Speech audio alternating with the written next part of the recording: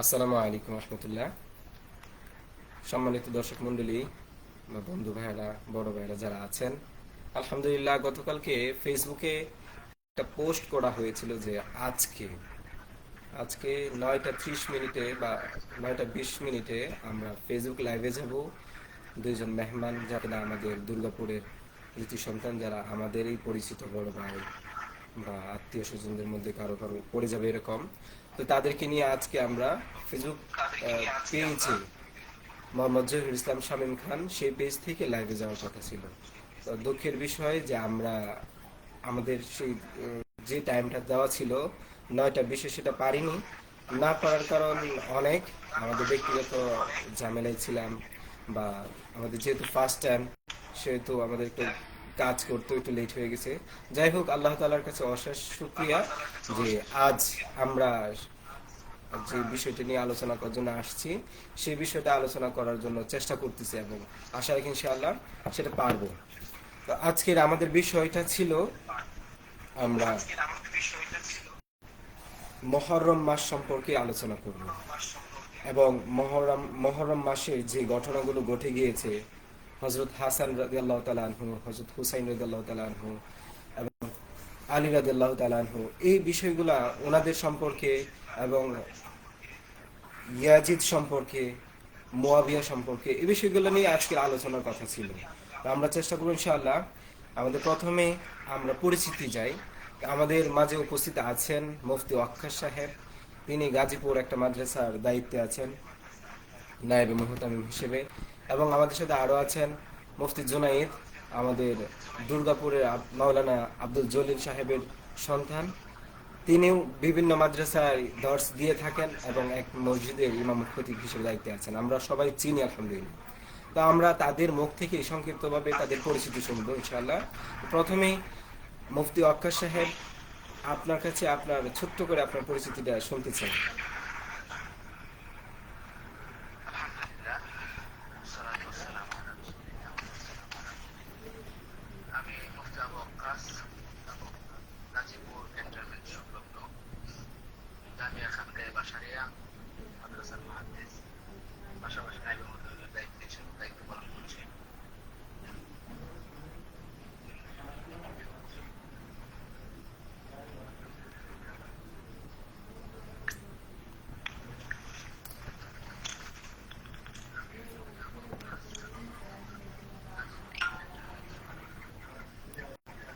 খানকায়ে বাশারিয়া মাদ্রাসার বাশারিয়া, পাশাপাশি নায়েবে মুহতামিমের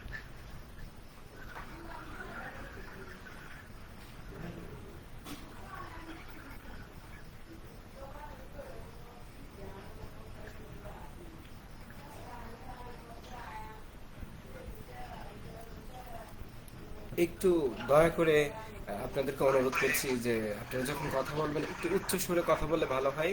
এইখানে কথাগুলো স্পষ্ট আসতেছে না, মানে আওয়াজ একটু কম। তো আমরা তো হেডফোন দিয়ে কথা বলছি, যার জন্য কথাটা স্পষ্ট আসছে না। আওয়াজ বেশি বললে আলহামদুলিল্লাহ ভালো হয়। কথা কি আমার বোঝা যায়? জি জি, আলহামদুলিল্লাহ বোঝা যায়, তবে একটু একটু আওয়াজ দিয়ে বললে ভালো হয় ইনশাআল্লাহ। আমি মুফতি আবু ওয়াক্কাস, গাজীপুর রাজেন্দ্রপুর ক্যান্টনমেন্ট জামিয়া খানকায়ে বাশারিয়া এর মুহাদ্দিস এবং নায়েবে মুহতামিম হিসেবে দায়িত্বরত আছি। আলহামদুলিল্লাহ। আলহামদুলিল্লাহ। তো আমাদের মুফতি জুনাইদ ভাই, আপনাকে বলছি যে আপনার সংক্ষিপ্ত পরিচিতি তুলে ধরলে আলহামদুলিল্লাহ আশা রাখি যে ভালো হবে ইনশাআল্লাহ। আসসালামু আলাইকুম ওয়া রাহমাতুল্লাহ। আলহামদুলিল্লাহি ওয়া কাফা ওয়া সালামুন আলা রাসূলিল মুস্তাফা।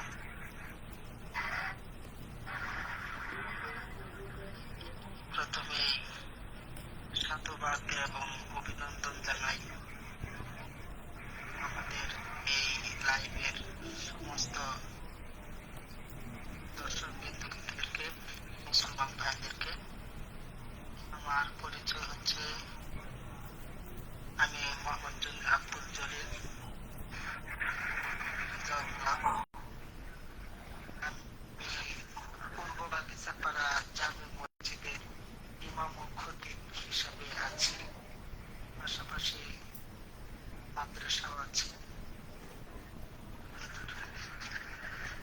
জি আলহামদুলিল্লাহ।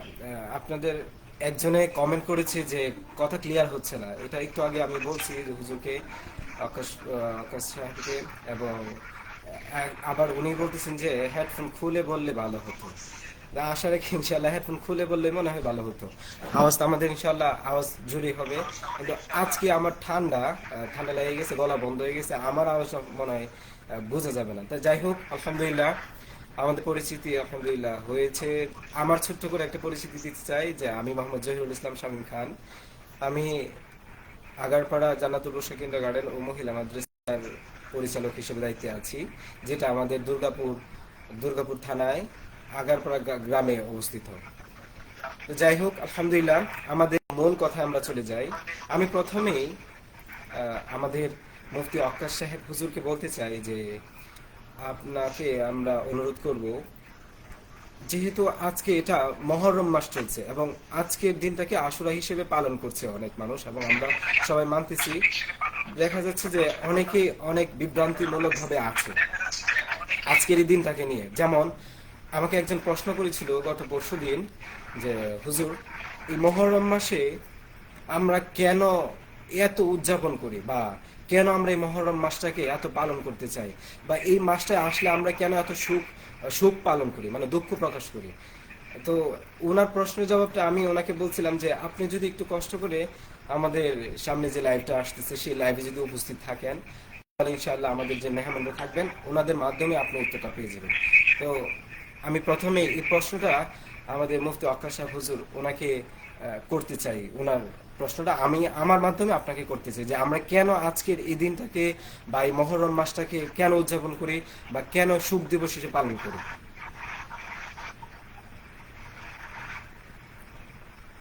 প্রথমত প্রশ্ন হচ্ছে আমরা এই 10 মুহররম তথা আশুরার দিনটাকে কেন আমরা পালন করি।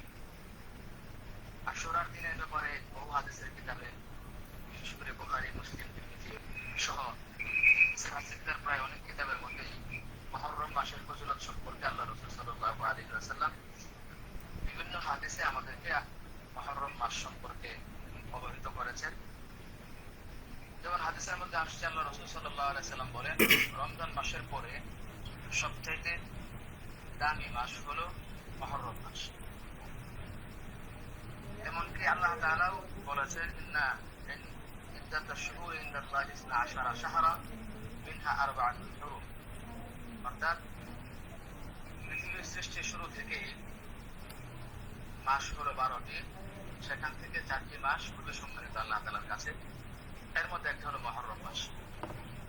সেই মুহররম মাসের 10 তারিখে অনেকেই সহিহ আকীদার দিক থেকে নিজেকে আমলের মাধ্যমে কাটিয়ে থাকেন, আবার অনেকেই গলত আকীদার ভিত্তিতে বিভিন্ন বিদআতি কর্মকাণ্ডে লিপ্ত হয়ে থাকেন। তো আল্লাহ রাসূল সাল্লাল্লাহু আলাইহি ওয়াসাল্লাম আমাদেরকে এই আশুরার দিনে যে সকল আমলের নির্দেশ দিয়েছেন, সেই আমলগুলো উম্মতে মুসলিমার জন্য, উম্মতে মুহাম্মদের জন্য পালনীয়, এবং রাসূলুল্লাহ সাল্লাল্লাহু আলাইহি ওয়াসাল্লাম যেগুলো করার প্রতি কোনো উৎসাহিত করেন নাই, নির্দেশনাও দেন নাই, সাহাবায়ে কেরাম কোনোদিন করেন নাই, এগুলো অবশ্যই উম্মতের জন্য প্রয়োজনীয়।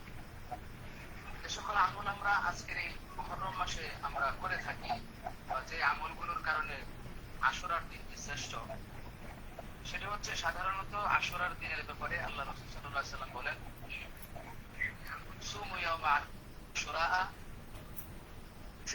সিয়ামু ইয়াওমি আশুরা আহতাসিবু আলা আল্লাহি ইউকাফিরা সানাতাল্লাতি ক্বাবলা ওয়া সানাতাল্লাতি ক্বাবলা, কামা ক্বালা আলাইহিস সালাতু ওয়াস সালাম। নবী বলেন যে আশুরার দিনের রোজা আমি আশা রাখি আল্লাহ তাআলা আশুরার দিনে যে ব্যক্তি রোজা রাখবে তার পিছনের 1 বছরের গুনাহ আল্লাহ তাআলা মাফ করে দিবেন। পাশাপাশি আল্লাহ রাসূল সাল্লাল্লাহু আলাইহি ওয়াসাল্লাম এটাও বলেছেন যে আশুরার দিনের রোজা এটা শুধুমাত্র একদিন রোজা রাখা, এটা ইহুদিদের কালচার, ইহুদিরা পালন করে থাকে। উম্মতে মুসলিমাকে আল্লাহ রাসূল সাল্লাল্লাহু আলাইহি ওয়াসাল্লাম শিক্ষা দিলেন যে আমরা আশুরার দিন এবং আশুরার পূর্বে একদিন অর্থাৎ 9 তারিখ, 10 তারিখ অথবা 10 তারিখ রোজা রাখবো। এটাও একটা আশুরার আমল হতে পারে। তৃতীয়ত, আশুরার দিনে উম্মতে মুসলিম আরেকটি করণীয় কাজ হলো তারা বেশি বেশি তওবা ইস্তেগফার করবে।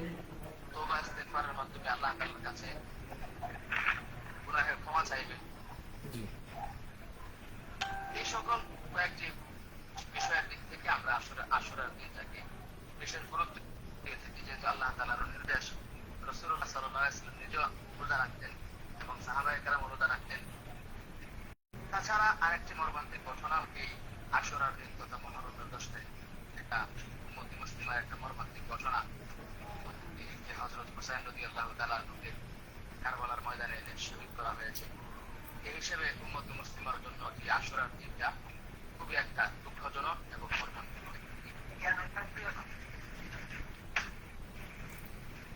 জি আলহামদুলিল্লাহ। বুঝতে পারলাম যে আল্লাহ তাআলা আমাদের এই মাসটাকে সম্মানিত মাস হিসেবে যে 4টা মাসের কথা বললেন তার মধ্যে থেকে একটা মাস মুহররম মাস আল্লাহ তাআলা সম্মানিত করেছেন। এখন আরেকটা বিষয় হলো যে কিতাবের মধ্যে বিভিন্ন কিতাবের মধ্যে বা আমরা যে ইতিহাসবিদ যারা আছে, যারা কিনা ইতিহাস লিখেছেন, বিভিন্ন ইতিহাস, ইসলামিক ইতিহাস, বিভিন্ন ইতিহাসবিদদের কিতাবের মধ্যে থেকে এই মাসে যে যে মর্মান্তিক ঘটনার কথা বললেন, যে কারবালা ঘটনা ঘটছে, যে কারবালার ময়দানে আমাদের হযরত মুহাম্মদ সাল্লাল্লাহু আলাইহি ওয়াসাল্লাম, আমাদের শেষ নবী, আমাদের নয়নের মণি, উনি রাসূল সাল্লাল্লাহু আলাইহি ওয়াসাল্লামের কাছে একদিকে দুনিয়া, আরেক দিকে তার 2 নাতি ছিল। তো সেই 2 নাতির মধ্য থেকে একজনকে আগে মৃত্যুবরণ করেছে, যে কোনোভাবে তাকে বিষ পান করে মৃত্যুবরণ করানো হয়েছে। তো আরেকজনকে কারবালার ময়দানে তাকে হত্যা করা হয়েছে। এখন এই বিষয়ে একটা বিষয় যেটা জানতে চাই, যে ইয়াজিদ সম্পর্কে একটা প্রশ্ন আসছে, যে ইয়াজিদ কেন হুসাইন রাদিয়াল্লাহু তাআলা আনহুকে, ইয়াজিদ কেন রাসূল সাল্লাল্লাহু আলাইহি ওয়াসাল্লামের নাতিকে হত্যা করলো, এটা একটা প্রশ্ন। এবং ইয়াজিদের পিতা মুয়াবিয়া সম্বন্ধে আগে জানবো, যে মুয়াবিয়া কে ছিলেন। কারণ আমরা তো জানি যে মুয়াবিয়া রাদিয়াল্লাহু তাআলা আনহু একজন সাহাবী ছিলেন, ওনার পুত্র ইয়াজিদ। তো সেই ইয়াজিদকে মুয়াবিয়াই খেলাফত দিয়েছিল এবং তাকে কিছু শর্ত দিয়েছিল, প্রায় 12টার মতো বা 10টার মতো শর্ত দিয়েছিল, যে তুমি শর্তগুলো সবসময় পালন করবে, মানবে। তো একটা যে দুষ্কর ব্যক্তি বা দুশ্চরিত্রের একজন ব্যক্তি, সেই ব্যক্তিকে কেন মুয়াবিয়া খেলাফত দিলেন এবং মুয়াবিয়া কে ছিলেন তার সম্বন্ধে একটু জানতে চাই আমাদের মুফতি জুনাইদ আহমদ সাহেবের কাছে, যে মুয়াবিয়া সম্পর্কে একটু আপনি যদি বলেন, তারপর অন্য প্রশ্ন চলে যাবে।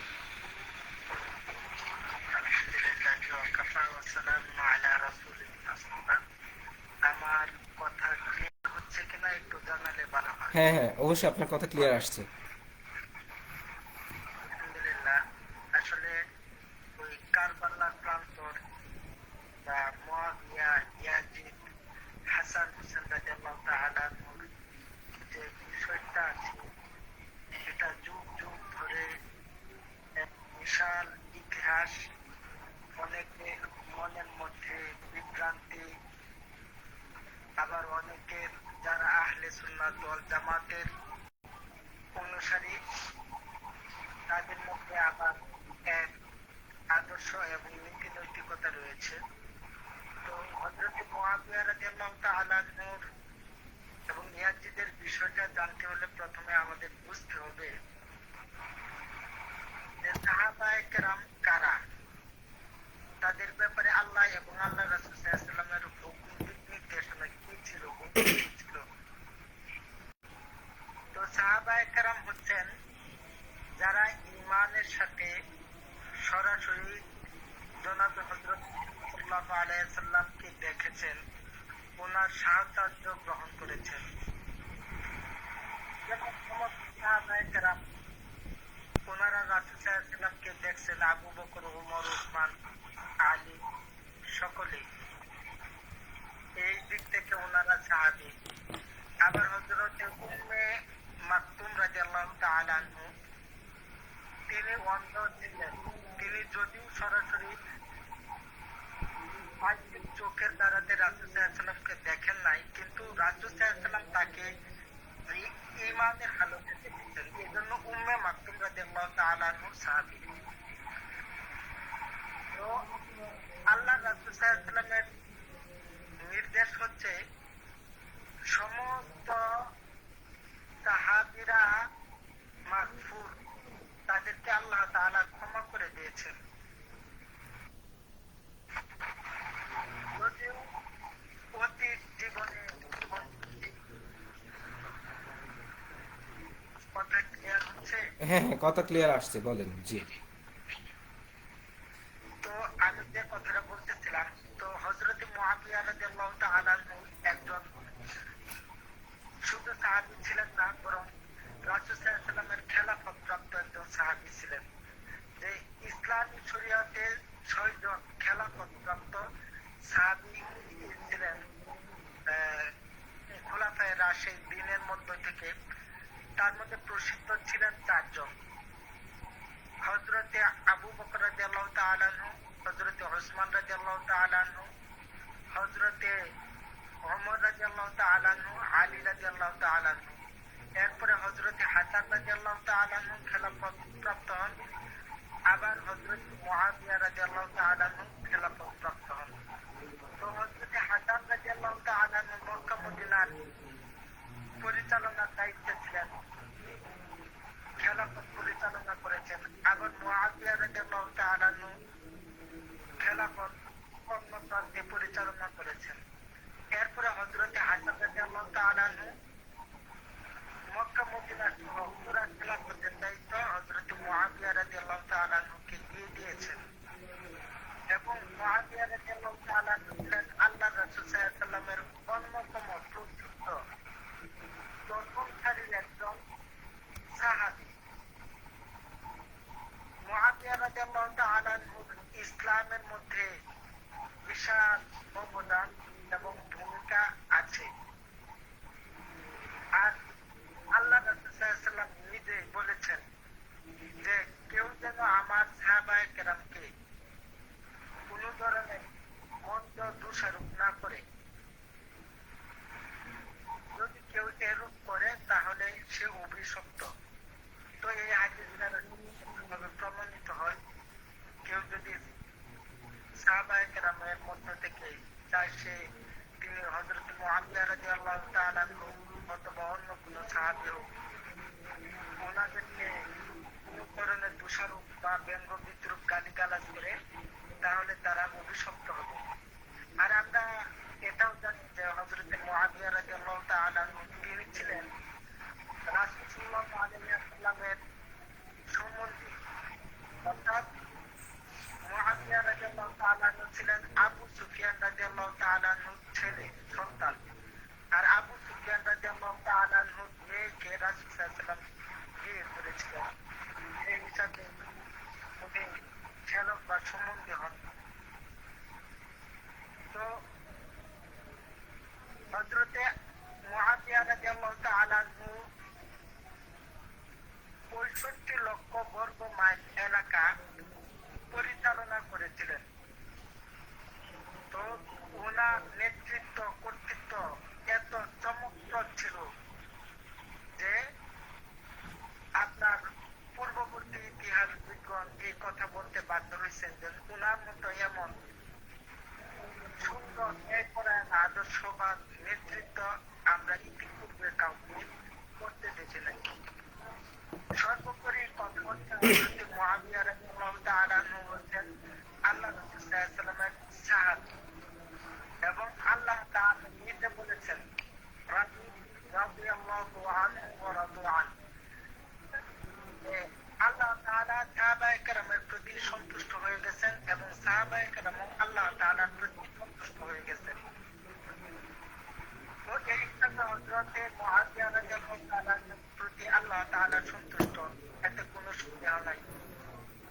আর ইয়াজিদ যে বিষয়টা আছে, ইয়াজিদের দোষ ত্রুটি আছে, এটা অস্বীকার করার কোনো হুজুর। জি জুনায়েদ ভাই, ইয়াজিদ সম্পর্কে ইনশাআল্লাহ একটু পরে শুনবো। তবে এর আগে আরেকটা বিষয় জানলে হয়তো ভালো হবে যে মুআবিয়া সম্পর্কে আমরা জানলাম যে মুআবিয়া ছিলেন একজন সাহাবী এবং অন্যান্য সাহাবীদের মতোই উনি সাহাবীদের কিছু কিছু সাহাবী আছে তাদের মর্তবা অনেক বিশাল আল্লাহ তাআলার কাছে। তাদের মধ্য থেকে উনি একজন। এটা ধারণা বা যেটা আপনার কথায় বোঝা গেল রাসূল সাল্লাল্লাহু আলাইহি ওয়াসাল্লামের হাদিস বা আল্লাহ তাআলার কথা, যে আল্লাহ তাআলা নিজে ওনাদের প্রতি রাজি খুশি হয়ে গেছেন। এখন আরেকটা বিষয় আগে একটু জানতে চাই, যে এটা হলো একটা প্রশ্ন, যদি মুয়াবিয়া রাদিয়াল্লাহু তাআলা আনহু একজন সাহাবী হয়ে থাকেন, মুয়াবিয়া রাদিয়াল্লাহু তাআলা আনহু যদি একজন সাহাবী হয়ে থাকেন, আর আলী রাদিয়াল্লাহু তাআলা আনহু একজন সাহাবী, এবং আলী হযরত ফাতেমা রাদিয়াল্লাহু তাআলা আনহার স্বামী, মানে আল্লাহ রাসূল সাল্লাল্লাহু আলাইহি ওয়াসাল্লামের মেয়ের জামাই। তো এটা একটা প্রশ্ন যেটা, সেটা হলো আলী ও মুয়াবিয়া এই দুজনের মধ্যে একটা যুদ্ধ হয়েছিল। সেই যুদ্ধ সম্পর্কে আমি মুফতি ওয়াক্কাস সাহেব হুজুরের কাছে জানতে চাই, এটা কেন যুদ্ধ হয়েছিল, আর এটা যুদ্ধ কি বিষয়ে পরবর্তীতে সমাপ্তি ঘটে, সংক্ষিপ্তভাবে ইনশাআল্লাহ। জি, আলহামদুলিল্লাহ। হযরত আলী রাদিয়াল্লাহু তাআলা আনহু এবং মুআবিয়া রাদিয়াল্লাহু তাআলা আনহু,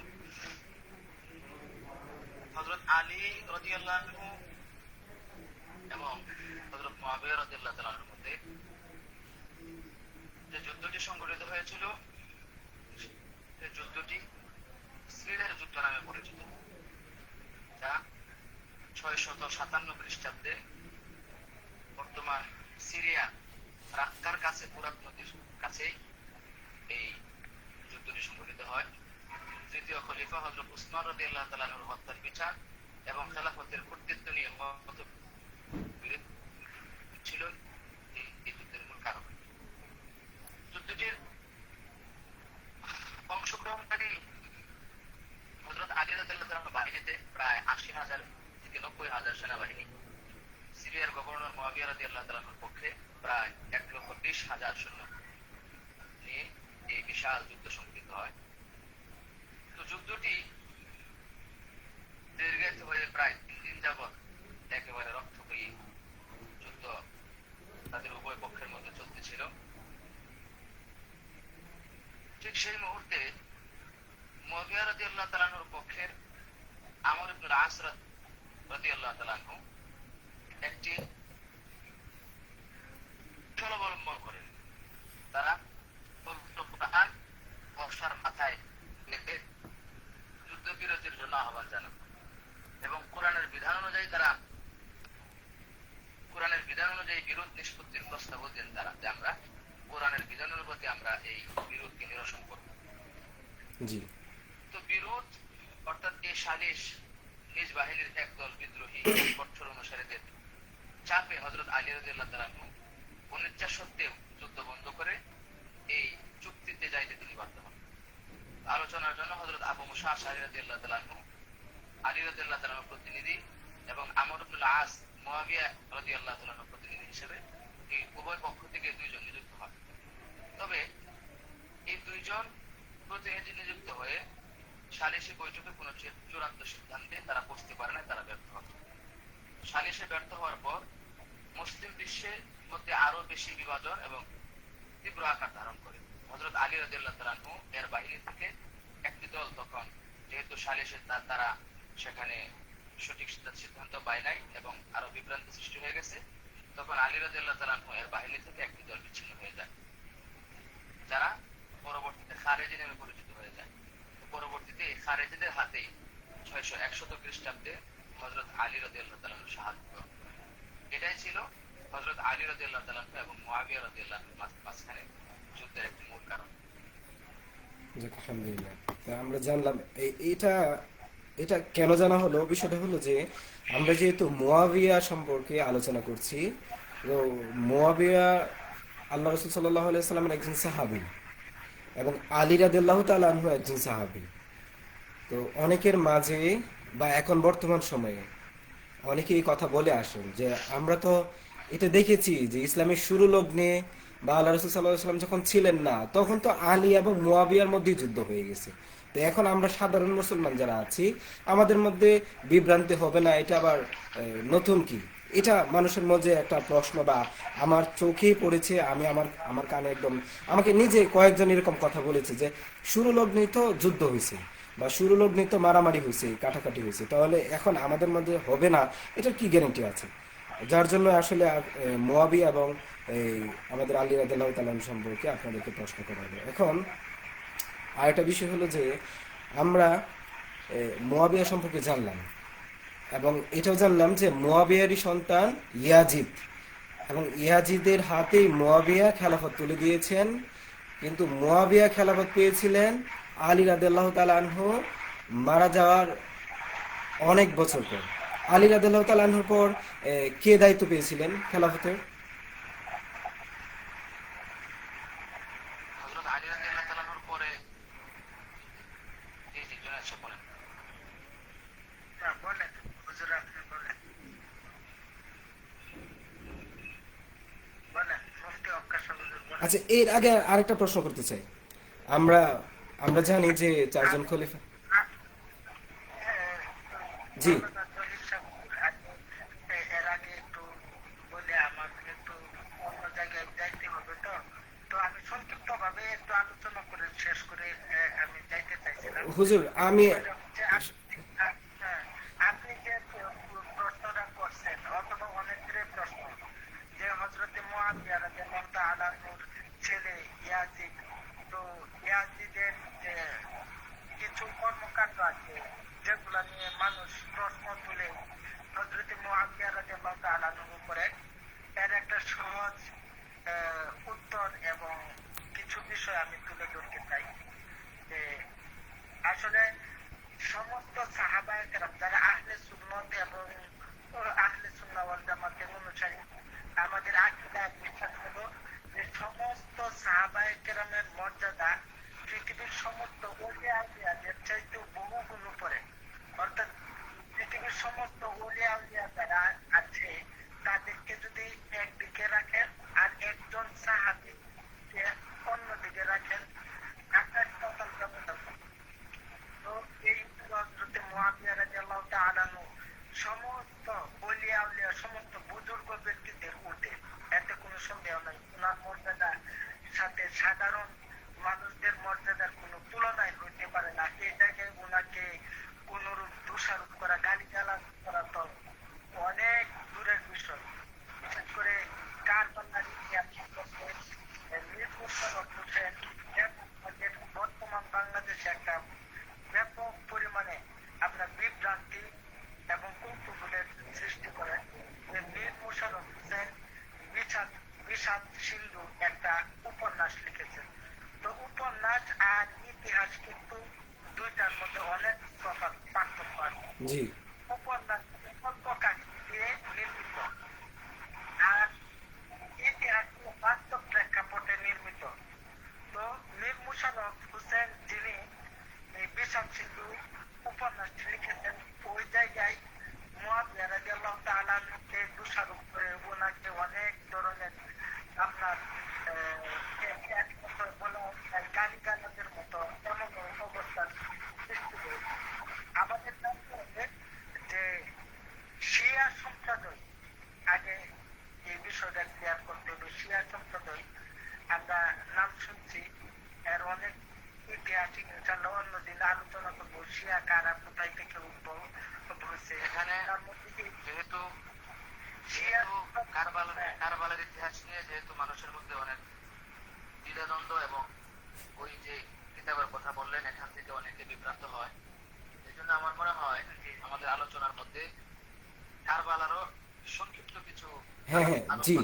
আমি আমি এটা ওনার জুনাইদ আহমেদ সাহেবের কথা শেষ ইনশাআল্লাহ আমি প্রশ্ন করতাম আপনাকে, যেটা আমি প্রশ্ন তৈরি করছিলাম আমি বলবো ভাবছিলাম কারবালা সম্পর্কে ছোট্ট একটু সংক্ষিপ্তভাবে বলার জন্য।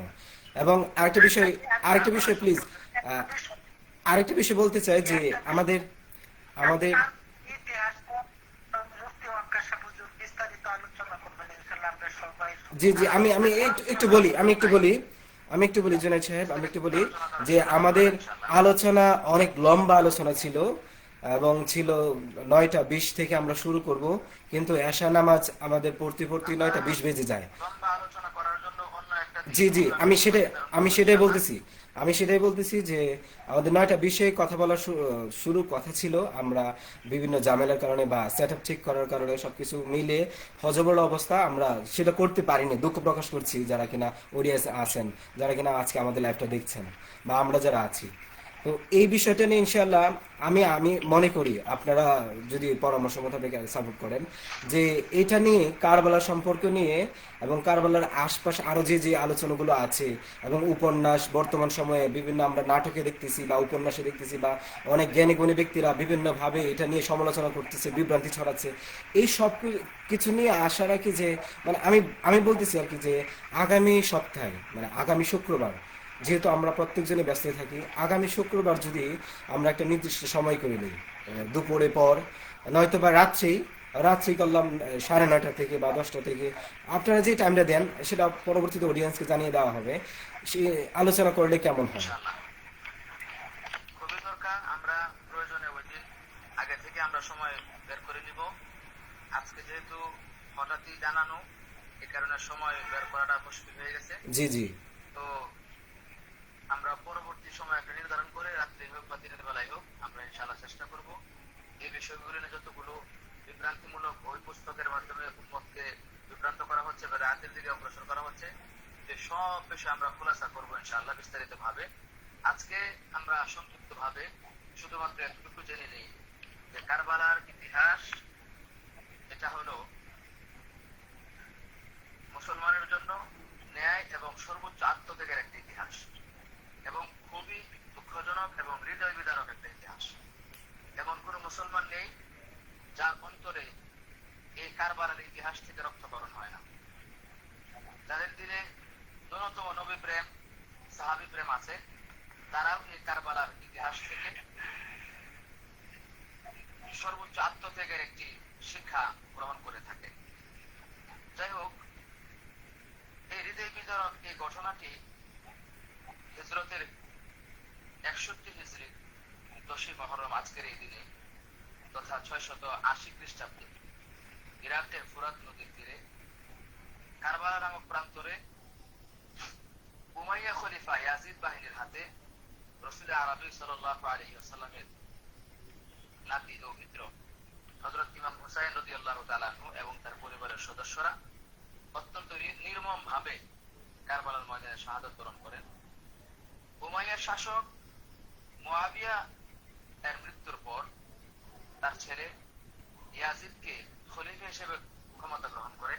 ইয়াজিদ অর্থাৎ মুয়াবিয়ার মৃত্যুর পরে মুয়াবিয়া রাদিয়াল্লাহু আনহুর মৃত্যুর পরে মুয়াবিয়া রাদিয়াল্লাহু তাআলা আনহুর ছেলে ইয়াজিদ খেলাফতের ক্ষমতা গ্রহণ করে বা দখল করে। ইয়াজিদের স্বৈরাচারী শাসন এবং ইসলাম বিরোধী কর্মকাণ্ড হযরত হুসাইন রাদিয়াল্লাহু তাআলা আনহু মেনে নিতে পারেন নাই। এমনকি তিনি অস্বীকার করে বসেন যে মুয়াবিয়া ইয়াজিদের খেলাফত এটা শুধুমাত্র তার ব্যক্তিগত এবং এটা উম্মতে মুসলিমার জন্য পালনীয় নয়, উম্মতে মুসলিমার জন্য এটা ক্ষতিকর।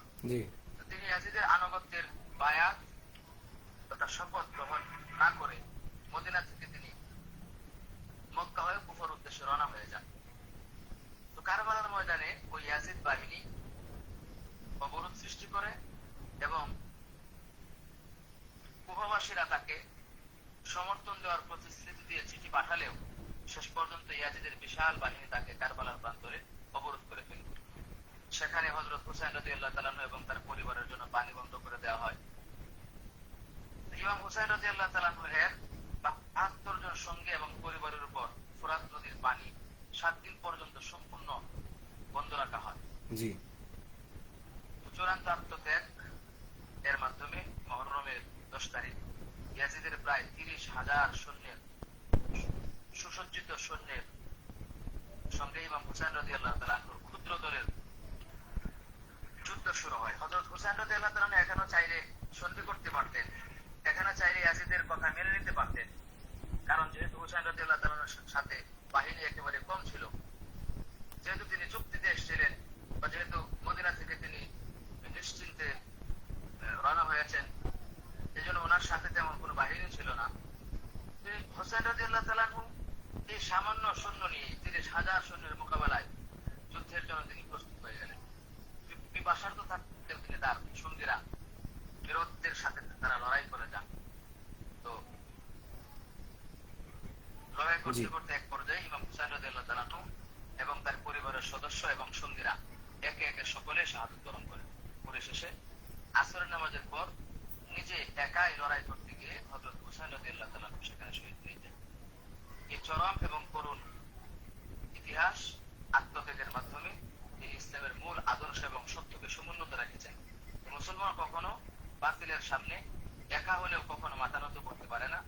সদস্য সংখ্যা, সৈন্য সংখ্যা, বাহিনী সংখ্যা কম হলেও মুসলমান কখনোই বিশাল বাহিনী দেখে ভয় পেয়ে তাগুতের সামনে কখনো মাথা নত করতে পারে না। একদিক থেকে হযরত হুসাইন রাদিয়াল্লাহু তাআলা আনহু ইসলামের মান ইজ্জতকে সমুন্নত রেখেছেন, আরেকদিক থেকে উম্মতে মুসলিমাকে এটা শিক্ষা দিয়ে গেছেন যে তাগুতের শক্তি তাগুত যত শক্তিশালী হোক না কেন, কাফের মুশরিক যতই শক্তিশালী হোক না কেন, মুসলমানের সংখ্যা যতই কম হোক, এরপরে মুসলমান কখনো তাগুতের সামনে বাতিলের সামনে মাথা নত করতে পারে না। মুসলমান হিসেবে আমরা কারবালার ইতিহাস থেকে এতটুকু শিক্ষা নিতে পারি, যতদিন পর্যন্ত আল্লাহ তাআলা আমাদেরকে হায়াতে বাঁচিয়ে রাখবেন, ততদিন পর্যন্ত হুসাইন রাদিয়াল্লাহু তাআলার মতো প্রয়োজনে নিজের জীবন দিয়ে হলেও ইসলামী জান্ডাকে, ইমানি জান্ডাকে সমুন্নত রাখতে প্রয়োজনে নিজের জীবন দিব। এরপরে ইমান এবং ইসলামের স্বার্থে কারোর সাথে আপোষ করবো না, ইনশাআল্লাহ। জি, ধন্যবাদ আপনাকে। আমাদের মুফতি জুনায়েদ সাহেব ওনার ব্যস্ততা থাকার কারণে আমাদেরকে না জানিয়েই আমাদের লাইফ থেকে লিভ নিয়েছে।